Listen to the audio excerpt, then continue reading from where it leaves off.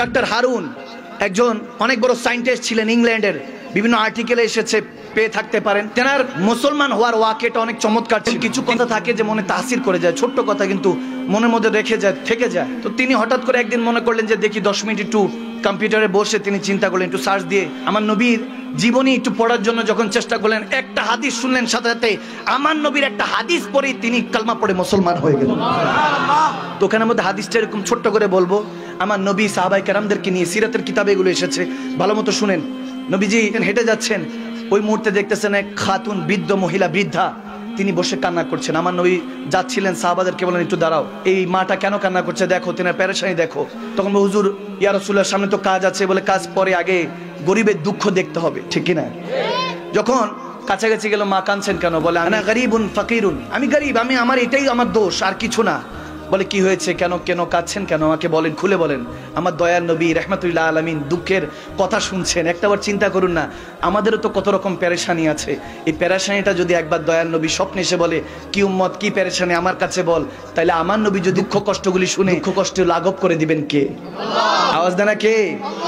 ওই মহিলাকে বলতেছেন বলো, বলতেছে আমি একজন মহিলা, ইহুদির মহিলার কাছে কাজ করি, তেল আনতে পাঠিয়েছে 5 দিরহাম দিয়ে, আমি 5 দিনার দিয়ে তেল নিয়েছি, মাটিতে পড়ে তেলের ওই বোতলটা পড়ে ভেঙে গিয়েছে, জমিন চুষে নিয়েছে, তেল তো আর বের করতে পারবো না, কাচ্ছি, গেলে আমাকে মারধর করবে, চাবুক মারতে পারে, আমাকে বকা দিতে পারে, বৃদ্ধ হয়ে গেছে, এখন আর সহ্য হয় না, এত অত্যাচার সহ্য হয় না।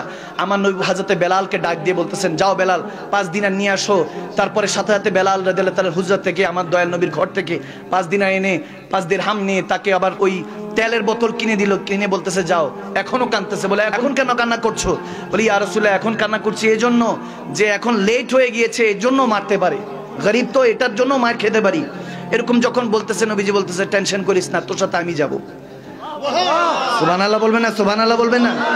দয়াল নবী নিজে গিয়েছেন, গভীর খেয়াল, একজন কাফের কালমা পড়ে মুসলমান হয়েছে, শুধু এই হাদিস, আমার নবীর এই দয়া দেখে আমরা সেই নবীর উম্মত, আমাদের মধ্যে দয়া মায়াই নেই। যখন আমার নবী গেলেন মদিনাওয়ালা, প্রথম মদিনাতে ইয়াসরিবে থাকতেছেন, মক্কা থেকে মদিনায় এসেছেন হিজরত করে, তখন মদিনা শরীফ নামকরণ হয় না, ইয়াসরিব তখন নতুন নতুন। ইহুদি নারী বলতেছে একজন নুরানি ব্যক্তি আসলেন, আমি অনেক কঠিন দিলের ছিলাম, কিন্তু তিনি যখন নিচে তাকিয়ে বলতেছে, এ খাতুন, এই মহিলা কি আপনার কর্মচারী, আপনার এখানে কাজ করে? বলে হ্যাঁ। বলে এই মহিলা আসতেছিল, বোতলে তেল নিয়েছিল, কিন্তু পড়ে ভেঙে গিয়েছে, জমিন খেয়ে ফেলেছে, কান্না করছিল, তেল খরিদ করেছে, লেট হয়ে গিয়েছে, এজন্য আসতে দেরি হয়েছে, আপনি তাকে ক্ষমা করে দেন, আপনি তাকে ক্ষমা করে দেন। ওই ইহুদি নারী বলছে আমার দিল পাথর ছিল, কিন্তু দয়াল নবী মুস্তাফা তিনি যখন জুবানে হাল দিয়ে কথাগুলি বলছিলেন, আমার দিলটা পরিবর্তন হয়ে গেল, আমার মনের মধ্যে কেমন যেন একটা নুরানিয়াত প্রবেশ করলো। তেনার জুবানের কথা তাসির আমার দিল পর্যন্ত আল্লাহ পৌঁছে দিলেন। তিনি চলে যাচ্ছে, ইহুদি নারী বলতেছে আমি তোমাকে ক্ষমা করে দিয়েছি, যাও চলে যাও, সমস্যা নেই, কাজ করো।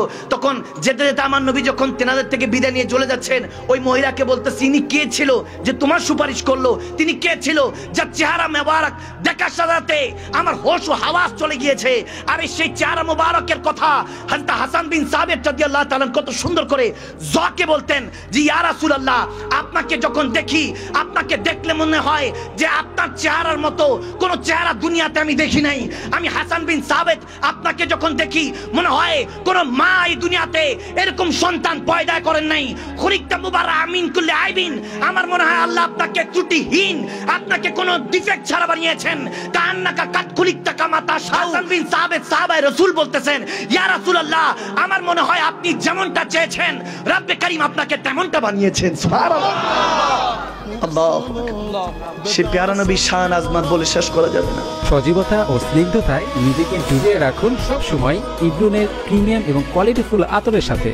অর্ডার করতে এখনই ভিজিট করুন www.ibrun.com।